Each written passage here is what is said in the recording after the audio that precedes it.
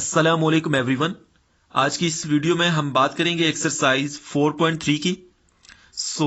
Exercise 4.3 में जो slope का कंसेप्ट है उसको सबसे पहले हम समझ लेते हैं, उसके बाद हम बारी बारी सारे क्वेश्चन जो है वो सॉल्व करेंगे। सबसे पहले मैं आपको स्लोप का कंसेप्ट समझा देता हूं। देखिए ये इंक्लिनेशन ऑफ ए लाइन क्या होती है। द एंगल अल्फा जो कि 0 और 180 के दरमियान होना चाहिए, 0 हो सकता है और 180 से लेस होना चाहिए। Measure anticlockwise from positive X axis to the straight line L is called inclination of a line L. अच्छा, इसका मतलब क्या है? देखें, हमारे पास ये जो है ना, ये एक्स एक्सिस है, ये हमारे पास वाई एक्सिस है, ये तो आपको पता है एक्स वाई प्लेन का। इस एक्स वाई प्लेन के अंदर हमने दो पॉइंट्स लिए हैं। एक ए पॉइंट है जिसके कोऑर्डिनेट x1, y1 है, एक बी पॉइंट है जिसके कोऑर्डिनेट x2, y2 है। इन दोनों पॉइंट्स को हम with the help of a straight line join करते हैं और आपके पास ये जो लाइन है वो एक्स एक्सिस को यहां पे टच करती है। अच्छा, अब आपके पास ये जो लाइन है इसको हम एल कहते हैं, और ये जो है ना, ये लाइन एल, ये इस एक्स एक्सिस के साथ जो एंगल बना रही है वो एल्फा है। तो बेसिकली ये जो अल्फा है ना, ये basically inclination of a line L है। इस लाइन की जो इंक्लिनेशन है ना इस एक्स एक्सिस के साथ, उसको शो कर रही है। ठीक है ना। अच्छा, अब स्लोप क्या होती है, स्लोप के बारे में भी बात कर लेते हैं। Slope or gradient of a line. The slope M of line L is defined by M is equal to tan alpha. इस लाइन की, ये जो लाइन है, इस लाइन की जो स्लोप है उसको हम किस तरह से लिख सकते हैं? m is equal to tan alpha. If A and B be any two distinct points on the line L, then m is equal to y2 minus y1 divided by x2 minus x1, या आप इसको y1 minus y2 divided by x1 minus x2 भी लिख सकते हैं। इसके proof की जरूरत नहीं है, आपने जस्ट बच्चों इन फार्मूलाज को याद रखने हैं कि जब भी आपके पास कोई एंगल हमारे पास किसी लाइन का गिवन होगा, मतलब ये जो एंगल है ये इंक्लिनेशन ऑफ ए लाइन है, मतलब किसी भी लाइन का एक्स एक्सिस के साथ जो रिलेशन है ना, जो एंगल है उसको शो करते हैं। अगर आपके पास ये गिवन होगा एंगल, तो आपने जस्ट इस फार्मूले में पुट करना है तो उस लाइन की स्लोप आ जाएगी। या अगर आपके पास कोई भी दो पॉइंट्स गिवन है तो उन दो पॉइंट्स के कोऑर्डिनेट को यूज करते हुए भी आप उस लाइन की स्लोप फाइंड कर सकते हैं। स्लोप का फार्मूला क्या है? ये स्लोप का फार्मूला है m is equal to y2 minus y1 divided by x2 minus x1। या ये वाला यूज कर लें या ये वाला यूज कर लें, एक ही बात है। सही है। अच्छा, अब कुछ इंपॉर्टेंट नोट्स हैं, उसको भी हम देख लेते हैं। L is horizontal if and only if m is equal to 0। मतलब अगर कोई लाइन हॉरिजेंटल है, मतलब x एक्सिस के साथ, मतलब वो ओवरलैप कर रही है, तो उस लाइन की स्लोप हमेशा 0 होगी। ठीक है ना। मतलब हॉरिजेंटल लाइन की स्लोप हमेशा 0 होगी। If L is vertical if and only if m is equal to infinity. मतलब एक वर्टिकल लाइन, देखें आपके पास ये एक वर्टिकल लाइन है ना, ये वाला जो y एक्सिस है। अगर इस तरह की कोई लाइन हो जो कि y एक्सिस को ओवरलैप कर रही हो, तो उसकी स्लोप भी हमेशा इंफिनिटी होगी। सही है ना। अच्छा, if slope of A B is equal to slope of B C, then the points A B and C are collinear. सही है। अच्छा सॉरी, इसका मतलब क्या है कि अगर आपके पास कोई भी तीन पॉइंट्स हैं ए बी और सी, अगर ए बी को ज्वाइन करने से जो लाइन बन रही है उसकी स्लोप बराबर हो बी और सी पॉइंट को ज्वाइन करने से जो लाइन बन रही है उसकी स्लोप के, if slope of A B is equal to slope of B C, then points A B C are collinear. ये आपके एमसीक्यूज में पूछा भी जाएगा और एक्सरसाइज के क्वेश्चन में भी हमने ये प्रूव करना है। सही है। अच्छा, अब हम एक्सरसाइज पे आते हैं। अब हम एक्सरसाइज पे आते हैं। एक्सरसाइज 4.3 और उसका क्वेश्चन नंबर 1 है, find the slope and inclination of the line joining the points. अच्छा, हमारे पास क्वेश्चन नंबर 1 के तीन पार्ट्स हैं। ठीक है। इन तीनों पार्ट्स में सबसे पहले हमने स्लोप फाइंड करनी है, उसके बाद हमने इंक्लिनेशन ऑफ लाइन फाइंड करनी है। अब देखिए, जो पहला पार्ट है, इस पहले पार्ट में हमारे पास दो पॉइंट्स हैं। इन दोनों पॉइंट्स को जस्ट मैं आपको समझाने के लिए कि इन दोनों पॉइंट्स को मैं यहां पे लोकेट करता हूं। देखें, आपके पास ये एक्स एक्सिस है और ये हमारे पास वाई एक्सिस है। ओके, पहला पॉइंट क्या है? पहला पॉइंट है -2, 4, मतलब x की वैल्यू -2 है, ये -1, ये -2, x -2 है और y +4 है। 1 2 3 4, इसके ऊपर, इसके सामने, मतलब ये वाला पॉइंट बन रहा है -2 और 4। दूसरा पॉइंट क्या है 5,11, मतलब x की वैल्यू +5 है, 1 2 3 4 5 और y की वैल्यू 11 है। देखिए ये 4 है, इसको हम थोड़ा सा आगे कर लेते हैं, 5 6 7 8 9 10 11। सो इसके सामने और इसके ऊपर, मतलब ये वाला पॉइंट बन रहा है। सो इन दोनों पॉइंट्स को मैं आपस में ज्वाइन करता हूं, इन दोनों पॉइंट्स को ज्वाइन करूंगा तो हमारे पास ये लाइन बनेगी। सही है। अब ये जो लाइन है, इस लाइन की हमने स्लोप फाइंड करनी है। ठीक है, स्लोप फाइंड करने के लिए हमने जो दूसरे वाला फार्मूला था उसको यूज करना है। सो इसका मैं आपको सॉल्यूशन दिखा देता हूं। सो हमारे पास यहां पे क्वेश्चन नंबर 1 है, देखें जरा। ये आपके पास क्वेश्चन नंबर 1 था, इसका सॉल्यूशन देखें। पॉइंट कौन से है, -2,4 और दूसरा पॉइंट क्या है 5,11। अच्छा, हमारे पास स्लोप का फार्मूला क्या है, स्लोप को हम m से रिप्रेजेंट करते हैं। स्लोप जो कि m के बराबर होती है, this is equal to y2 - y1 divided by x2 - x1। ये फार्मूला है, आपने जस्ट यहां पे पुट करनी है वैल्यूज। देखें, ये जो पहला पॉइंट है ये x1 y1 है, ये x2 y2 है। आपने जस्ट यहां पर x1 y1 और x2 y2 की जगह ये सारी वैल्यूज पुट करनी है। देखें क्या आ गया, 11 - 4 डिवाइडेड बाय 5 + 2। इसको आप सॉल्व करें तो 7/7 आता है और ये कैंसिलेशन के बाद 1 बच जाएगा। सो हमारे पास m की वैल्यू कितनी आ गई, m 1 के बराबर है। अच्छा, हमने स्लोप तो फाइंड कर लिए। अब हमने क्वेश्चन में एक और चीज भी हमसे उसमें पूछी थी, वो क्या चीज थी, देखें जरा। Inclination of line joining the points, मतलब इन दो पॉइंट्स को जब हम ज्वाइन करेंगे जो लाइन बनेगी उसकी हमने इंक्लिनेशन फाइंड करनी है। मतलब मैंने आपको सबसे पहले इंक्लिनेशन की जो डेफिनेशन बताई थी उसमें मैंने आपको बताया था कि किसी भी लाइन का एक्स एक्सिस के साथ जो एंगल होता है ना, वो इंक्लिनेशन ऑफ लाइन होती है। सही है। सो यहां पर हमने बेसिकली वो अल्फा फाइंड करना है। सो अल्फा हम कैसे फाइंड करेंगे, देखें जरा। फार्मूला क्या है, m is equal to tan alpha, ये तो आपने पढ़ा हुआ है। अच्छा, अब मैंने साइड चेंज कर दी है, tan alpha is equal to m लिख ली है, m की वैल्यू कितनी है 1 है। अब tan को इस साइड पे ले आए तो यहां पे अल्फा बच गया, और tan इनवर्स 1 कितना होता है, ये 45 होता है। अल्फा कितना आ गया 45। मतलब देखिए उसने यहां पे उसका स्केच भी किया है, क्योंकि उसने स्केच भी मांगा है हमसे। ये लाइन थी, ठीक है। अब इस लाइन की सबसे पहले हमने स्लोप फाइंड की है ये वाला फार्मूला यूज करके। उसके बाद हमने ये जो लाइन है इसका एक्स एक्सिस के साथ जो एंगल है वो फाइंड करना है। एंगल फाइंड करने के लिए आपने ये वाला फार्मूला यूज किया, m is equal to tan alpha, और यहां से अल्फा की वैल्यू कितनी आ गई 45। आई होप सो आपको ये जो पहला पार्ट है इसकी अंडरस्टैंडिंग होगी। अभी हम दूसरे पार्ट की बात करते हैं। ओके, दूसरा पार्ट मैं आपको दिखा देता हूं। देखें, ये दूसरा पार्ट है 3, -2 और दूसरा पॉइंट क्या है 2, 7। इन दोनों पॉइंट्स को जब हम ज्वाइन करेंगे, जो लाइन बनेगी उस लाइन की हमने स्लोप फाइंड करनी है। ओके, मैं आपको यहां पे इसका सॉल्यूशन दिखा देता हूं। देखिए ये दूसरा पार्ट है 3, -2 7। अच्छा, स्लोप को हम m से रिप्रेजेंट करते हैं, m is equal to y2 - y1 divided by x2 - x1।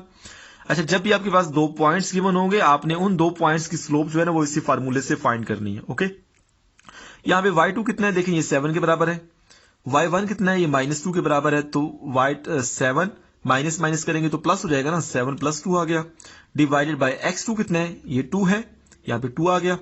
अच्छा, x1 कितना है, ये 3 है, तो यहाँ पे x2 - x1 मतलब 2 - 3 आ गया। इसको आप सॉल्व करें तो आंसर -9 आ जाएगा।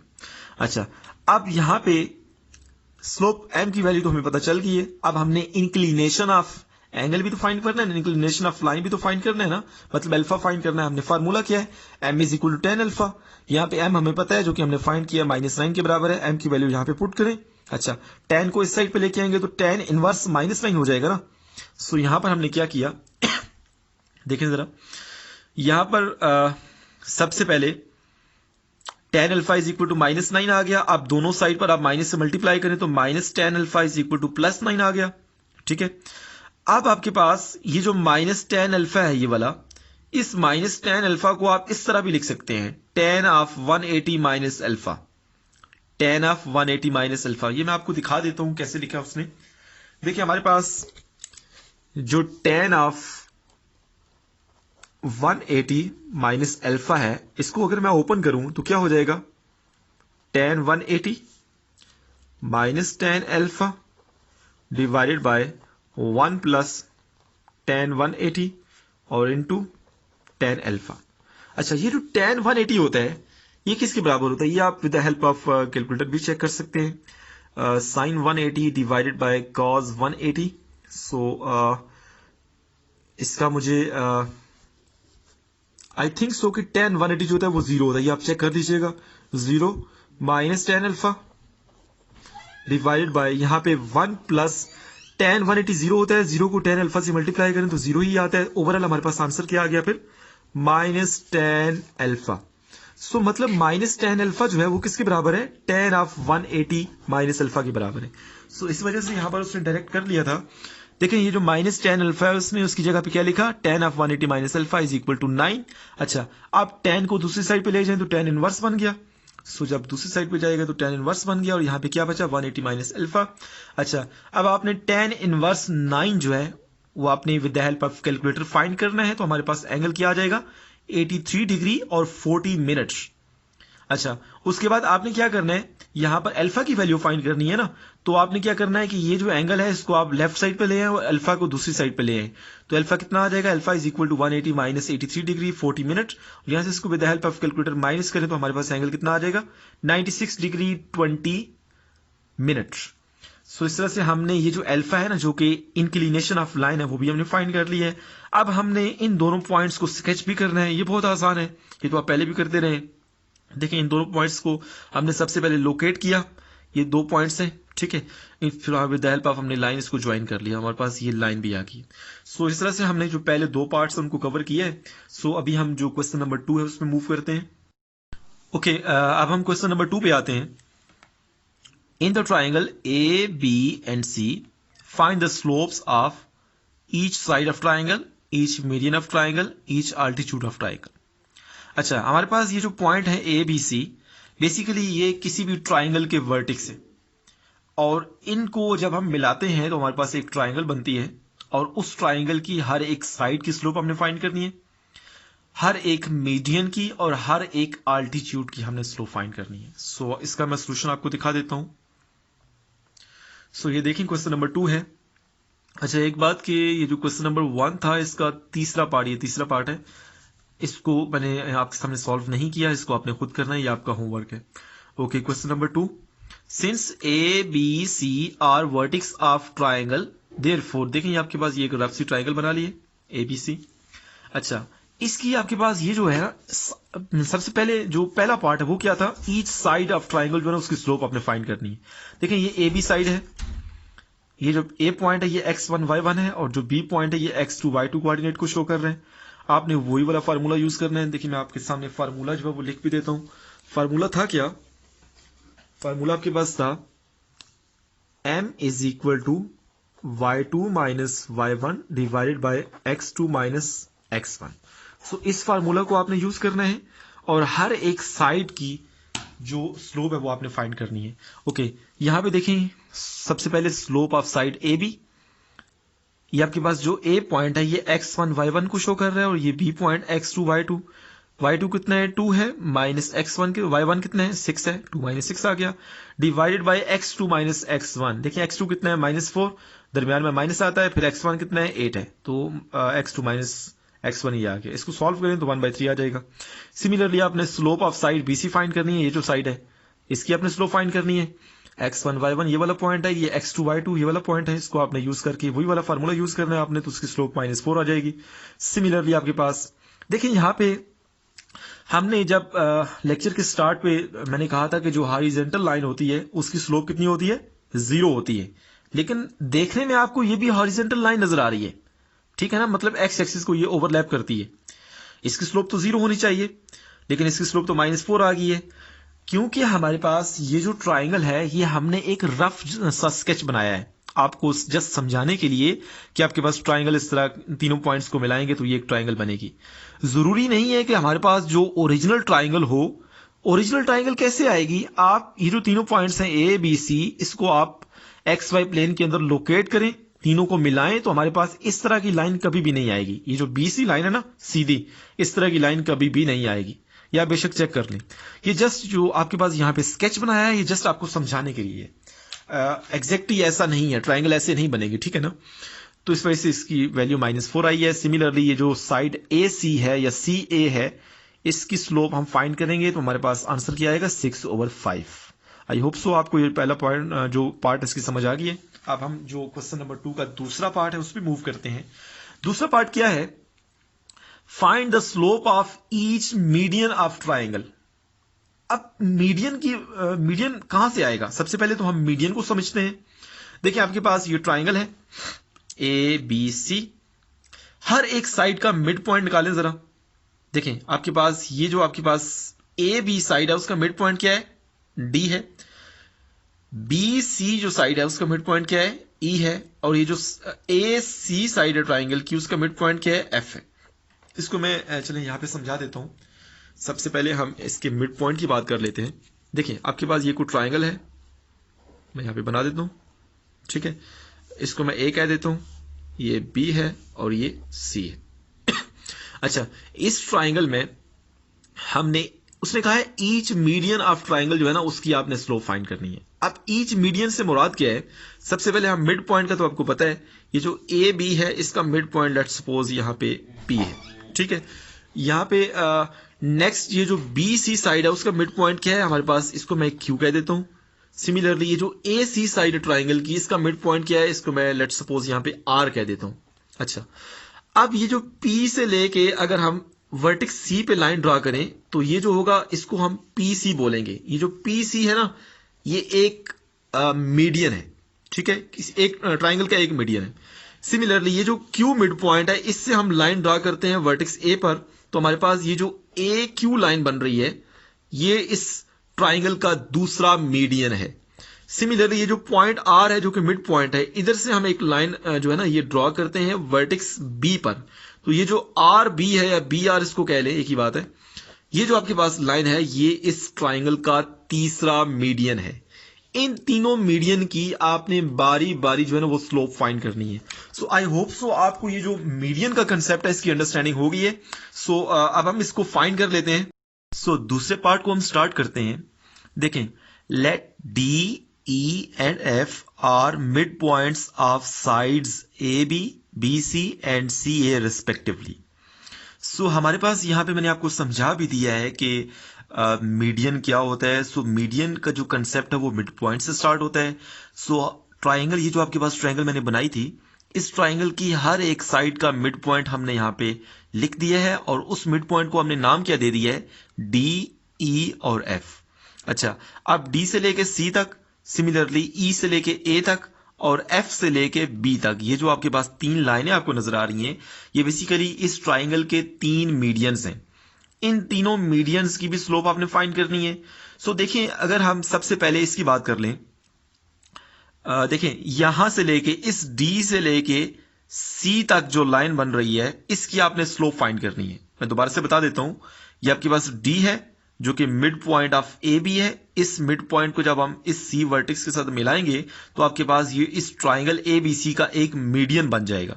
सो D से लेके C तक आपके पास एक लाइन बन रही है ना, एक पॉइंट D है और एक पॉइंट C है। सो जब आपके पास D पॉइंट होगा, D पॉइंट कहां से आएगा, आप A और B का जब मिड पॉइंट फाइंड करेंगे। A और B का मिड पॉइंट कैसे फाइंड करते हैं, मैं चलिए आपको यहां पे सिखा भी देता हूं। लेट्स सपोज हमारे पास ये एक लाइन है, देखें जरा, ये कोई लाइन है AB। A हमारे पास जो पॉइंट है उसके दो कोऑर्डिनेट्स हैं, x1 y1। सिमिलरली जो B पॉइंट है उसके भी दो कोऑर्डिनेट्स हैं, x2 और y2। अच्छा, अब इस AB लाइन का अगर मुझे मिड पॉइंट चाहिए, मतलब ये लेट्स सपोज को मैं C कह देता हूं, तो C के जो दो कोऑर्डिनेट्स होंगे वो किसके बराबर होगा, इस पहले कोऑर्डिनेट को पहले में ऐड करें, x1 प्लस x2, यहां पे मैं ऐड करता हूं x1 plus x2 divided by 2 करेंगे। सिमिलरली कॉमा, अब यहां पे जगह कम है तो मैं चलिए यहां पे नीचे लिख देता हूं, अब y1 प्लस ये दूसरा कोऑर्डिनेट y2 है डिवाइडेड बाई 2। तो इस तरह से हमारे पास ये C पॉइंट आ जाएगा, सही है। सो सबसे पहले बच्चों आपने करना क्या है कि ये जो तीनों साइड्स के जो मिड पॉइंट है वो आपने फाइंड करने हैं। ये जो D है कहां से आएगा, इसको पॉइंट को और इस पॉइंट को हम यूज करेंगे और ये आपके पास मिड पॉइंट आ जाएगा। सिमिलरली F फाइंड करने के लिए A और C को यूज करेंगे और E फाइंड करने के लिए B और C को यूज करेंगे। सो सबसे पहले हम मिड पॉइंट फाइंड कर लेते हैं तीनों साइड्स के, उसके बाद देख लेते हैं कोऑर्डिनेट ऑफ D। आपके पास D पॉइंट है, इसके कोऑर्डिनेट कैसे आएंगे, ए के कोऑर्डिनेट जो एक्स कोऑर्डिनेट है उसको बी के एक्स कोऑर्डिनेट में ऐड करें। देखें हमारे पास जो ए पॉइंट है, ये आपके पास ये ए पॉइंट लिखा हुआ है, मैं यहां पे लिख भी देता हूं। देखिए जरा, ये ए पॉइंट है और ये आपके पास बी पॉइंट है। 8 को ऐड करें -4 में। देखें 8 प्लस -4 कर लिया, डिवाइडेड बाई 2 करेंगे। सिमिलरली 6 को 2 में ऐड करें, 6 प्लस 2 करें। देखें ये 6 प्लस 2 किया, डिवाइडेड बाई 2। तो इस तरह से इसको सॉल्व करेंगे तो 2,4 आ गया। इस तरह डी के कोऑर्डिनेट हमने फाइंड कर लिए। सिमिलरली आपने ई के कोऑर्डिनेट फाइंड करना है। ई आपके पास बी और सी का मिड पॉइंट है, तो ई के कोऑर्डिनेट भी वैसे ही आ जाएंगे। सिमिलरली एफ जो है उसके कोऑर्डिनेट कैसे आएंगे? एफ आपके पास ए और सी का मिड पॉइंट है, सो ए और सी पॉइंट जो है आपके पास, देखें ये ए पॉइंट है और ये सी पॉइंट है। ए के पहले कोऑर्डिनेट को सी के पहले कोऑर्डिनेट में ऐड करें। 8 प्लस -2 करेंगे तो 8 -2 हो जाएगा ना। देखें ये 8 -2 या -2 प्लस 8 एक ही बात है। डिवाइड बाई 2 करेंगे क्योंकि हम मिड पॉइंट की बात कर रहे हैं। सिमिलरली 6 प्लस -6, देखें ये 6 -6 किया, डिवाइड बाई 2 करेंगे तो ये 0 आ जाएगा। इस तरह से सबसे पहले बच्चों आपने मिड पॉइंट फाइंड करने हैं। उसके बाद मिड पॉइंट फाइंड हो जाएंगे तो उसके बाद तो बहुत इजी है, आपने जस्ट स्लोप फाइंड करनी है। वही 2 पॉइंट वाला फार्मूला आपने यूज करना है। सो सबसे पहले उसने कौन सी स्लोप फाइंड की है? Hence slope of median A E. अब ए ई कौन सी स्लोप है? देखें ये आपके पास ए वर्टेक्स है और ये जो ई है ये मिड पॉइंट है बी सी का। ए सी आपके पास एक लाइन बन रही है, ए पॉइंट आपके पास गिवन है, ई आपने फाइंड कर लिया है। सो ए के जो कोऑर्डिनेट होंगे वो x1 y1 होगा और ई के कोऑर्डिनेट x2 y2 होगा। उसको यूज करके आपने ये फाइंड कर लेना है। अच्छा, ये जो आपके पास पहले 2 क्वेश्चंस हैं ये आपके सिलेबस में शामिल नहीं है, जस्ट आपको एक ओवरव्यू देने के लिए ये सारा मैंने झंझट की है। अच्छा, अब हम क्या बात करते हैं क्वेश्चन नंबर 3 की। सॉरी, क्वेश्चन नंबर जो ये क्वेश्चन नंबर 2 है, आई थिंक सो, मुझे चेक करने दें। यस, ये क्वेश्चन नंबर 2 है और इसका जो तीसरा पार्ट है ईच आल्टीट्यूड ऑफ ट्राइंगल, ये भी आपके सिलेबस में शामिल नहीं है, लेकिन मैं आल्टीट्यूड का कंसेप्ट आपको दे देता हूं। देखें, since altitude are perpendicular to the sides of a triangle, therefore. अब यहां पे आल्टीट्यूड और मीडियन में फर्क क्या है? देखें, जो मीडियन था ना वो किसी भी साइड का जो मिड पॉइंट था उसको ऑपोजिट साइड पर जो वर्टेक्स है उसके साथ मिलाते थे, वो मीडियन बनता था। लेकिन आल्टीट्यूड क्या होता है? आल्टीट्यूड पर कंडीशन ये है कि वो, लेट्स सपोज ये साइड ए बी है, ए बी साइड के ऊपर जो आल्टीट्यूड होगा वो यहां से हम स्टार्ट करेंगे। ये आपके पास वर्टेक्स सी है, सी वर्टेक्स से एक परपेंडिकुलर लाइन आप जो है ना वो ए बी के ऊपर ड्रा करें। देखिए परपेंडिकुलर लाइन वो होती है जो उस पर 90 का एंगल बनाती है।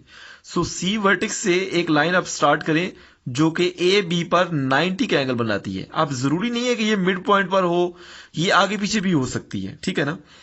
लेकिन मीडियन के केस में ये जरूरी था कि वर्टेक्स से इस साइड पर जो लाइन आप ड्रॉ करें वो मिड पॉइंट पर ही लाई करनी चाहिए, ठीक है ना, कट करनी चाहिए मिड पॉइंट के ऊपर ही। सो सबसे पहले आपने क्या करना है, ये जो आल्टीट्यूड है ये आपने फाइंड कर लेने हैं। तीनों आल्टीट्यूड्स आ जाएंगे, उसके बाद आप इनकी स्लोप फाइंड कर सकते हैं, सही है ना। ये आपके सिलेबस में शामिल नहीं है तो इसको हम नहीं करते, ठीक है। अभी हम मूव करते हैं क्वेश्चन नंबर 3 पर। सो सबसे पहले मैं आपको क्वेश्चन दिखा देता हूं। सो क्वेश्चन है क्या, इसको मैं रीड करता हूं। Bye means of slopes show that the following points lie on the same line।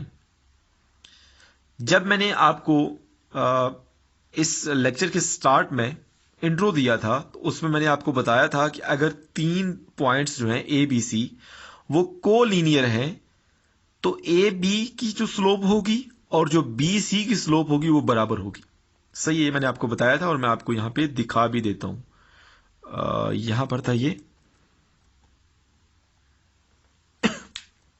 Sorry. सो देखें यहां पर इस पॉइंट को पढ़ते हैं। If slope of A B is equal to slope of B C then the points A B C are collinear, lie on the same line. So अब हम जरा इस क्वेश्चन पे मूव करते हैं। क्वेश्चन नंबर 3 का जो डी पार्ट है वो आपके सिलेबस में शामिल है, ठीक है। सो हम वही करेंगे, बाकी हम नहीं करेंगे। सो डी पार्ट को एक दफा हम देख लेते हैं। देखिए ये डी पार्ट है, इसमें 3 पॉइंट्स गिवन है, a, 2b, c, a plus b, 2c minus a, 2a। सो हमने इन तीनों पॉइंट्स को शो करना है कि ये एक ही लाइन पर एग्जिस्ट करते हैं। सो अब यहां पर हम करेंगे क्या कि इस पहले पॉइंट को मैं ए कह लेता हूं, इसको मैं बी कह देता हूं और इसको मैं सी कह देता हूं, ठीक है ना। हमने जस्ट इनको नेम आउट किया है और कुछ भी नहीं किया। सो क्वेश्चन नंबर 3 इसको यहां पे इसमें सॉल्व भी किया, इसको देख लें प्लीज। इस पहले को ए कह दिया, let A is this point, B is this point and C is this point, be given points. Slope of A B, पहले ए और बी की स्लोप आप निकालें, वही 2 पॉइंट फार्मूला। ये देखें x1 y1 है, ये x2 y2 है। सो y2 minus y1 divided by x2 minus x1, ये सारी वैल्यूज मैंने वैसे ही पुट की हैं और इसको हम सॉल्व करेंगे तो हमारे पास a minus B divided by c minus a आ गया। सिमिलरली स्लोप ऑफ BC, ये b पॉइंट है और ये c पॉइंट है। अब x1 y1 ये है और ये x2 y2 है, वही वाला फार्मूला आपने यूज करना है, slope of BC y2 minus y1 divided by x2 minus x1। इसको आप सॉल्व करें तो हमारे पास आंसर क्या आएगा, a minus B divided by c minus a, दोनों बराबर है ये और ये। Slope of AB is equal to slope of BC, since slope of AB is equal to slope of BC therefore ABC lie on the same line. ये बहुत आसान था, आई होप सो आप सबको समझ आ गई है। अच्छा, उसके बाद क्वेश्चन नंबर 4 भी आपके सिलेबस में शामिल है। सो सबसे पहले हम क्वेश्चन नंबर 4 को देख लेते हैं। Where is question number 4? Okay, this is find K. आपने के की वैल्यू फाइंड करनी है so that the line joining A B and the line joining CD are parallel and perpendicular। अच्छा, अब यहां पे दो बातें बड़ी इंपॉर्टेंट है जो कि आपने अपने जहन में रखनी है।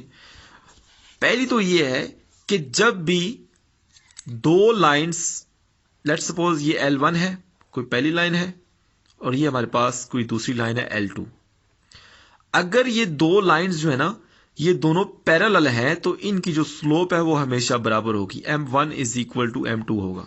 मतलब पहली लाइन की स्लोप बराबर होगी दूसरी लाइन की स्लोप की, ठीक है।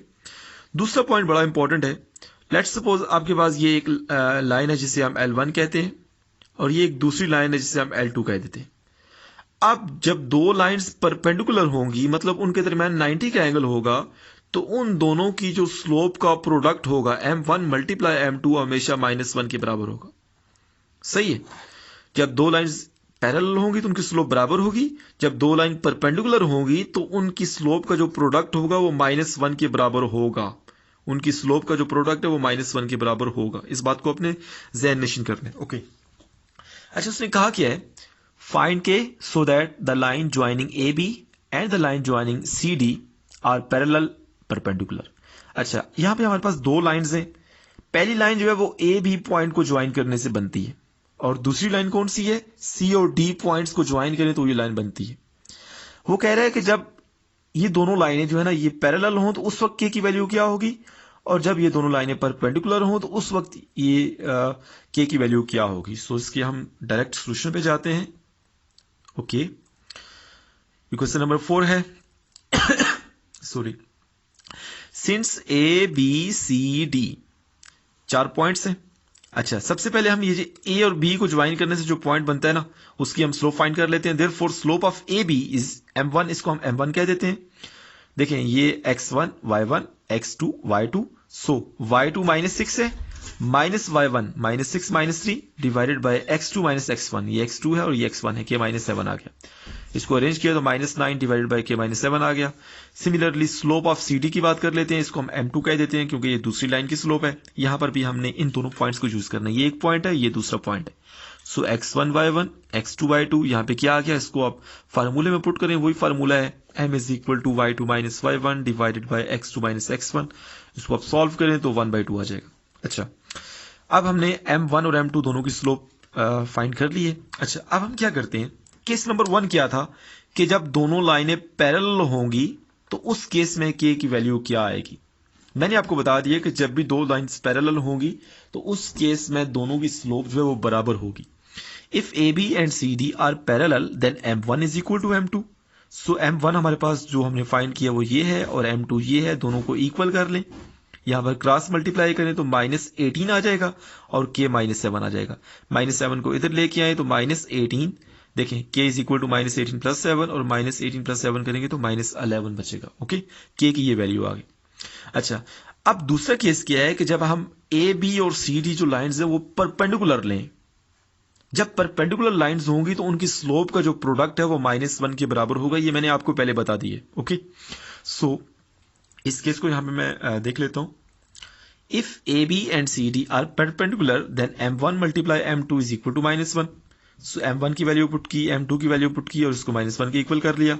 अब इनको मल्टीप्लाई करें तो -9 डिवाइडेड बाय देखिए -9 डिवाइडेड बाय 2 को इससे मल्टीप्लाई करें या 2 को आप इधर ले जाएं, -2 हो जाएगा और ये k -7 पे उधर जाके मल्टीप्लाई हो जाएगा, -2 इंटू k -7। k को एक साइड पे रखें, इसको सॉल्व करें तो आंसर क्या आ जाएगा, k is equal to 23/2। Okay, so इस तरह से हमने k की वैल्यू फाइंड कर ली है। ओके, अभी हम क्वेश्चन नंबर 5 पे मूव करते हैं। क्वेश्चन नंबर 5 भी आपके सिलेबस में शामिल है, सो इसको मैं सॉल्व कर देता हूं। सबसे पहले हम इसको देख लेते हैं क्वेश्चन नंबर 5 है क्या। ओके, सो ये आपके पास क्वेश्चन नंबर 5 है। Using slopes show that the triangle with its vertex A B and C is a right triangle. So आपके पास एक ट्राइंगल है जिसके वर्टेक्स हमारे पास गिवन है ए बी सी। उसने कहा है कि आपने स्लोप को यूज करना है और आपने बताना है कि आया ये राइट ट्राइंगल है या नहीं है। राइट ट्राइंगल ऐसी ट्राइंगल होती है जिसका एक एंगल जो है ना वो 90 का होता है। ठीक है, ये बात आप सबको पता है। ओके, अभी हम इसके सोल्यूशन पे जाते हैं। सो हमारे पास ये क्वेश्चन नंबर 5 है। सो ये क्वेश्चन नंबर 5 है। अच्छा, यहाँ पे कुछ बातें हैं जो कि आपने याद रखनी है। ये आपके पास जो दो वर्टिकल लाइंस हैं, ये वाली, ये स्टैंड्स फॉर पैरेलल। ये पैरेलल के लिए यूज होती हैं जब दो लाइंस पैरेलल हो।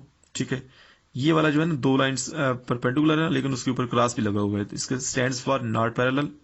और ये जो उल्टा टी है स्टैंड्स फॉर परपेंडिकुलर। ये बातें आपने याद रखनी है। ओके, अभी हम क्वेश्चन पे आते हैं। क्वेश्चन नंबर 5 में 3 पॉइंट्स गिवन है जो कि किसी ट्राइंगल के वर्टेक्स है और हमने शो करना है कि ये किसी राइट ट्राइंगल के वर्टेक्स हैं by using concept of slope. Okay, since A B and C are vertex of triangle, therefore अगर ये किसी ट्राइंगल के वर्टेक्स हैं, स्लोप ऑफ ए बी उसको हम m1 कह देते हैं। देखिए, हमने तीनों साइड्स को यूज करने हैं। ठीक है ना, मैं यहाँ पे ये आपको बता भी देता हूँ। देखें जरा, हमारे पास ये कोई ट्राइंगल है।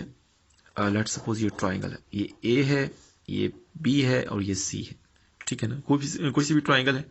अच्छा, हमने तो इस ट्राइंगल को राइट ट्राइंगल प्रूव करना है ना, लेकिन बहरहाल सबसे पहले हम इसको ट्राइंगल देख लेते हैं।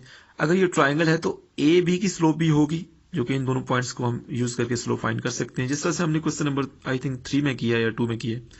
बी सी की भी स्लोप फाइंड कर सकते हैं और ए सी की भी स्लोप फाइंड कर सकते हैं। उसने यही किया है। यहाँ पे देखें जरा, सबसे पहले स्लोप ऑफ ए बी, इसको हमने m1 कहा है।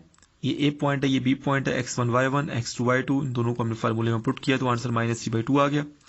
स्लोप ऑफ बी सी हमने फाइंड कर लिया, m2 इसको कह दिया हमने। ये बी और सी पॉइंट को यूज करके हमने ये फाइंड किया, इसको हमने 7/4 कह दिया। सिमिलरली स्लोप ऑफ सी ए, जो ट्राइंगल की तीसरी साइड है, उसकी स्लोप हमने फाइंड की, उसको हमने m3 कह दिया। सो इसकी स्लोप भी हमने इस तरह फाइंड की है पॉइंट सी और ए को यूज करते हुए। ये ए सी भी हो सकता है या सी ए की बात है, ये 2/3 आ गई। अच्छा, अगर m1 और m3 को मल्टीप्लाई करें, देखिए m1 हमने कितना फाइंड किया, ये m1 है जो कि -3/2 है, और m2 कितने हैं, m2 हमारे पास m3 ये 2/3 है। इन दोनों को मल्टीप्लाई करें तो आंसर क्या आ रहा है, -1। इसका मतलब है कि ये जो m1 है ये लाइन 1 की स्लोप है और जो m3 है ये लाइन 3 की स्लोप है। ये दोनों लाइनें एक दूसरे के परपेंडिकुलर हैं। परपेंडिकुलर हैं तभी तो इनकी स्लोप का प्रोडक्ट -1 के बराबर आया है ना। जब परपेंडिकुलर होंगी तो 90 का एंगल बनेगा, और जब 90 का एंगल बनेगा तो हम कहेंगे कि ये ट्राइंगल जो है ये राइट ट्राइंगल है। सो ये बहुत इजी था। The triangle ABC is the right triangle with right angle eight vertex A. Okay okay, अब हम क्वेश्चन नंबर 6 की बात कर लेते हैं। ये भी आपके सिलेबस में शामिल है। सो सबसे पहले हम बल्कि आज की इस वीडियो में हम इतना ही करते हैं क्योंकि वीडियो काफ़ी लेंथी हो जाएगी। सो मेरी जो अगली वीडियो होगी उसमें हम इस एक्सरसाइज के जो बाकी क्वेश्चन है वो आपके सामने रखेंगे। Thank you so much for watching my video.